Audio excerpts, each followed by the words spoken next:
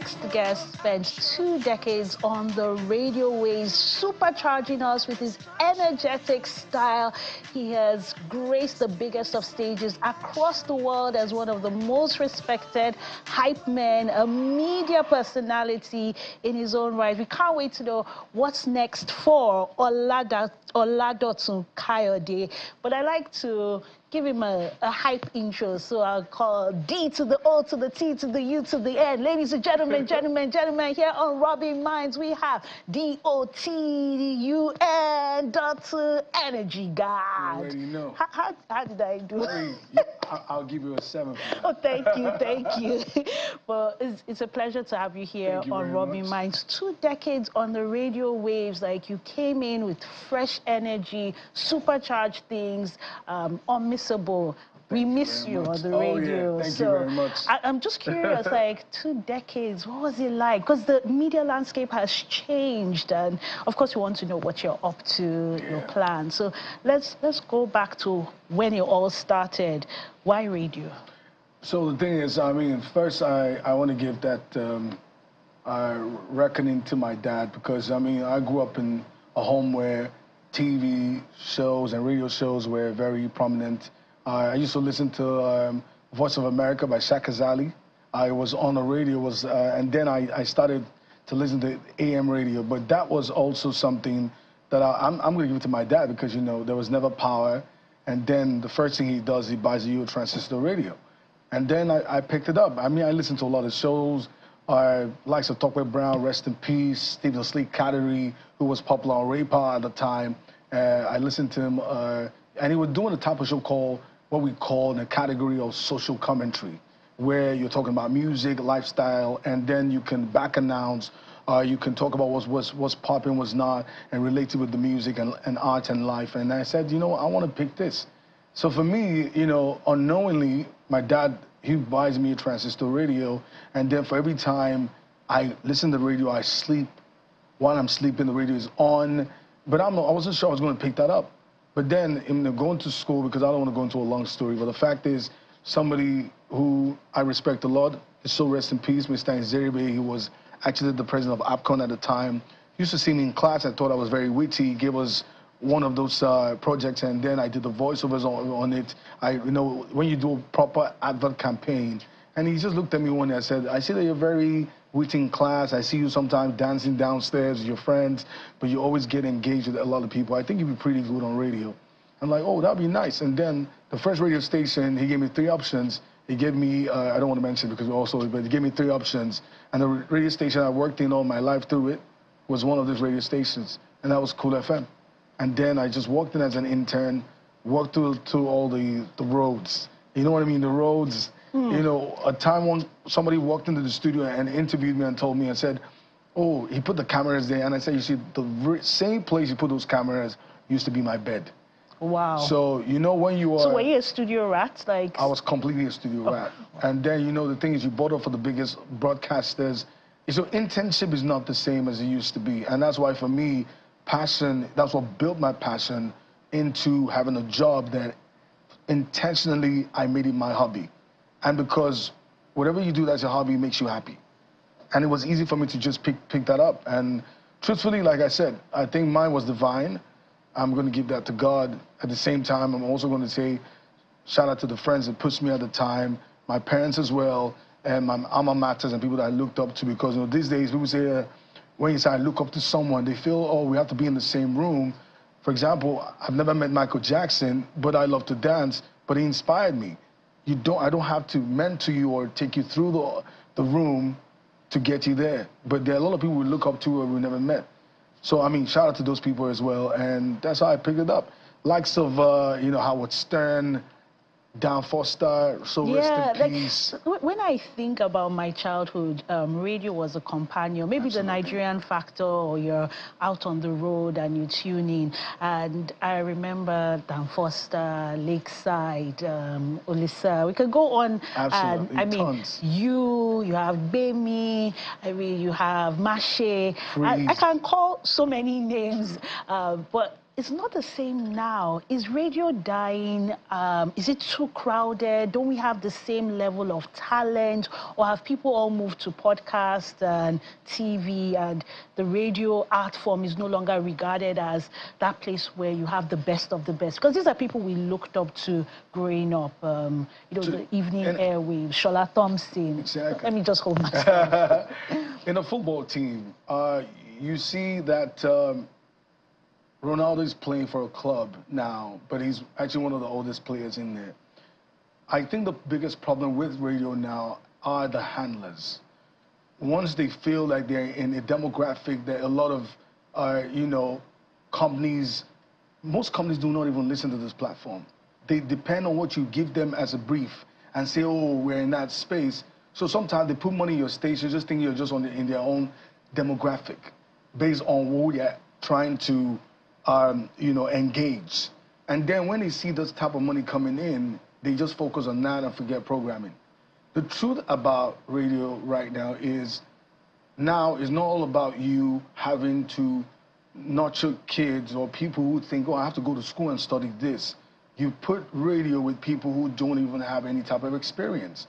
So let me just tell you right now. So is it an all-comers affair? Anybody can just get on the mic, absolutely, fake an American accent? With what's going on now, right, it's looking like that. Because, for example, if you're just a TikToker or you just have numbers on social media and maybe you go on reality show or whatever it is, the first thing is, I mean, anybody could be, but you have to also learn through, you know, the ropes. So you get better when you get on it. But now the fact that the handlers are more concerned about how to just make money and what they can get so quickly, because it's not monopoly anymore. The competition is crazy, but also they've left that box where you have core programming, where people look forward to want to listen to something or look forward to someone.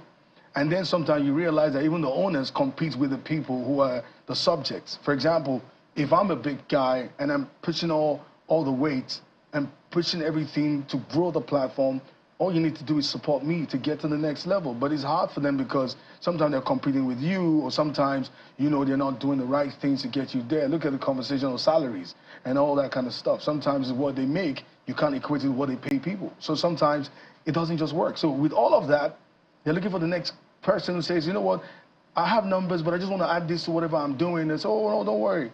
And then you see the likes of the best guys who can do it and not in the place anymore. Even in the football team, what he means is that you also have to be able to infuse the guys who have done it in the system. But then at the end of the day, you are the ones, you're always against them, or you're not giving them the right platform to grow or to even nurture somebody else like them, you know? And then for someone like me who had so much passion, and I still left it anyways. Because why? The truth is, I got to a point where I felt like I was done. There's no need to prove anymore. And what about your loyal listeners, the people who tuned in for you? Don't we matter? Aren't we part of the conversation? You do, but you know, the thing is, I can move that energy into something else. Crazily, this might sound crazy, podcast is a new radio now. So the thing is, you're seeing that people see tools, baby, we're all moving into other things like that. I'll probably never think in my lifetime I'll probably do a podcast, but sometimes I feel I have a lot to say. I feel I have so much of, I can punch so many things, and besides, there are not so many restrictions to be able to be myself. You know, aside the fact you have to deal with NBC, you also have to deal with management. You also have to deal with the other people as well. There's too much gatekeeping, right? So do you feel like you're in a straitjacket on radio, and a podcast is a form that allows you to be yourself? So the fact is, even on radio, I was a lot like myself. But, you know, aside the restriction, I'm just saying, you know, there's prospect for whatever you're doing. Sometimes you get to a point. I also wanted a space where I have other kids come in and do their own thing. I think in my own way, I've been able to nurture the type of people that should be there. If you don't take that as your yardstick, then that's on you. So I think 20 years of doing that, if I were going to speak to myself as a younger self, I would have said I would have done it for 10 years. But the truth is, for you to make that much impact in a space like that, it requires a number of years to be able to do that. So, and that's why I spent this number of years. But the truth is, for the listeners, I can take them somewhere else. And maybe you never know, maybe one of these days I might be one of the king of podcasts. And that's one of the levels I'm looking at, because I'm launching 2 podcasts people have pushed me, and I think it's the right time for me to do that. I mean, we're hearing the happy ending, 20 years. We had the beginning, Studio Rat, but in between that journey, there were ups and downs, valleys and peaks. So can you go back to maybe some of those challenges and how you were able to surmount them? Because there are people who are going to be watching and thinking, I want to be like you, and I still believe in radio, and what do I need to do better? Like you said to your younger self, how were you able to manage those challenges? So first of all, this might be a very honest point of view, and I know not everybody's going to see it like this, but I will. Not because I do not care, but the fact is, I think we're in a space where we need to speak the truth. Do2dtun is someone who did what I did for the passion. If you're not coming into that space and think you're going to make all the money in the world, your heart will be broken, because if you're not the type who can use your platform to build something for yourself, you're going to be heartbroken a lot of times. I've seen a lot of people come into the business and they realize they think it's fame, but it doesn't equate to the money that you will have. Because truthfully, one of the reasons why I thought about I wanted something out for myself was when I said, I can't be in a space like this. What makes me different from everybody else? What can make me more money than what I'm doing? And that was where I found hype. But bless radio for giving me the platform to be able to figure myself, because I built that on the radio and I took it out. And now, as you can see, it's a commercial success. Now, the truth is, that's the part people don't really say. That you don't get paid, or your own salaries, or it's not as great. It's not as great talking about remuneration. It's great as a platform to grow, meet people, and to go. The truth is, even meeting people, that's money. So I'm also saying that's the grace the radio is going to give you. If you're ready for that, then you can take that plunge. But the truth is, it's not a money-giving type of career. It's just placing you in the right place to make that money for yourself. And like I already said, it only now depends on where you're positioned in an establishment like that, because if you're not well positioned, it's not going to be all fun and games. Now, the truth also is, which was great for me, is getting to that same level of where I wanted to get to. You have to walk through it. For example, you find people on radio stations who just get on the microphone in 3-6 months. That shouldn't be the case. You should learn your music, work in the music department, work in news, learn how to record and voiceovers production, But nowadays, if you're not ready to do that, that will be a problem for you. If you want to go on radio because you want to be a superstar, that will be a big problem for you. If you want to go on radio because you want to make an impact, that's good for you. If you want to go on radio because you want to make an impact, and at the end of the day you want to make money, it's good. But truthfully, the money will not come at the time that you expect it to come. It would take time. Now let's look at some of the controversies in your career, like the steamy details. Like, can you point to one, like, where it could almost have made or marred your career? Like that story, that experience. To be honest, there are tons of, and I would not say basically that would mar, for every time whatever you do, there is a clear cut in what you're doing, and you realize that, in things that you do, there also hazard in the job as well, but for me, it was not just because I did something wrong. Sometimes I do something right, and then it's seen as wrong, right? For example, so rest in peace, Goldie, which sometimes I feel like I've never really touched on that, but I'll be writing my book called Do Not Believe the Hype, and I'm going to be pointing out so many things in there. Goldie, I was doing my job, but Goldie came into the studio because I knew her before, but I had to do my job. Even the things that I knew that was personal to her that was showed up on the show, and people couldn't even place their hands on. I knew that before she went on the show, but I had to do my job. So that was one of the first interviews that she walked out. It was kind of, but the fans and everybody didn't like that, and tons like that. Different types of interviews that I've done, some because they expect me to be friends, and then it's not the same way. But truthfully, I think majorly would be the one that probably happened because of my conversation and my journey is the one that happened with the family thing, which I don't really want to talk about. But to be honest, the fact is that's even personal. On my job, for everything I've done, is the right thing based on the job, satisfying the people that employed you and satisfying the craft and the norms of the craft. Yes, it's but work. Also, exactly. But in the course of it, I've also built enemies as well. Yeah, as expected. If you're going to do your job well, it comes with the tearing. So final question will be, you mentioned the book, you mentioned 2 podcasts. What else for the Energy Guard? Okay, so the thing is, I mean, lately I picked up a few scripts as a waka pass. Okay, but I acting. think I also picked things based off on the idea. And shout out to Toya C. She made the first AI film called Make Mason. I was in that, and I liked the projection of it.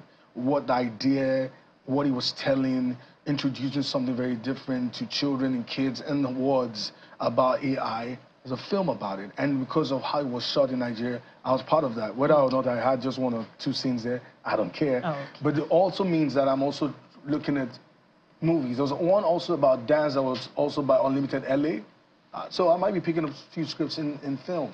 But majorly, I'm starting something that will be unconventional. That's my rave, my type of rave. My podcast coming out soon, my book coming out too as well. And listen, you know, Energy Guard will always be, I'll still be rocking all the parties. That one is not going anywhere. We wish you all the best. Sounds all amazing. Thank you so much, Do2dtun Kayode. Thank you very much. Don't just stand